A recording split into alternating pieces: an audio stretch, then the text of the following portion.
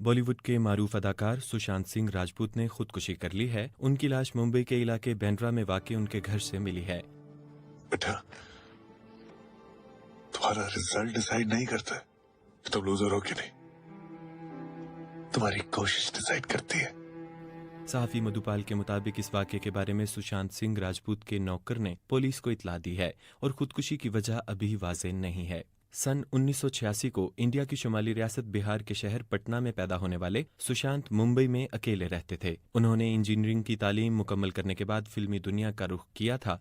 Business अच्छा हुआ तो साथ में आसमान छुएंगे, नहीं तो साथ में डूबेंगे।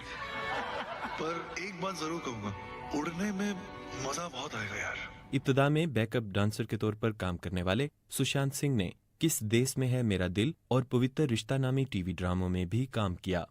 34 साला सुशांत सिंह राजपूत ने रियलिटी शो झलक दिखला जा में भी शिरकत की, जिसके बाद उन्हें फिल्मों में ब्रेक मिला और उन्होंने हालिया बरसों में कई अहम फिल्मों में काम किया। उनकी अहम फिल्मों में detective Byomkesh Bakshi, MS Dhoni, the untold story, Kedarnath, Kai Po Che और छिछोरे जैसी फिल्में शामिल हैं। MS Dhoni the untold story के लिए उन्हें फिल्म फेयर अवार्ड्स में बेहतरीन अदाकार के लिए नामजद भी किया गया था। इसके अलावा आमिर खान की फिल्म PK में उन्होंने पाकिस्तानी लड़के सरफराज का किरदार निभाया था, जो सरहद के दोनों जानिब बहुत मकबूल हुआ था।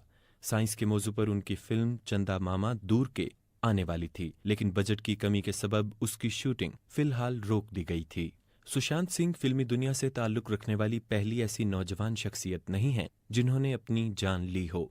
गुज़िश्ता बरस दिसंबर में सुशांत ही की तरह टीवी से अपने करियर का आगाज करने के बाद फिल्मों का रुख करने वाले अदाकार कुशाल पंजाबी भी बांद्रा के इलाके में ही अपने घर में मुर्दा हालत में मिले थे। इससे पहले सन 2013 में नौजवान अदाकारा जिया खान भी मुंबई में ही अपने फ्लैट में मुर्दा पाई गई थीं।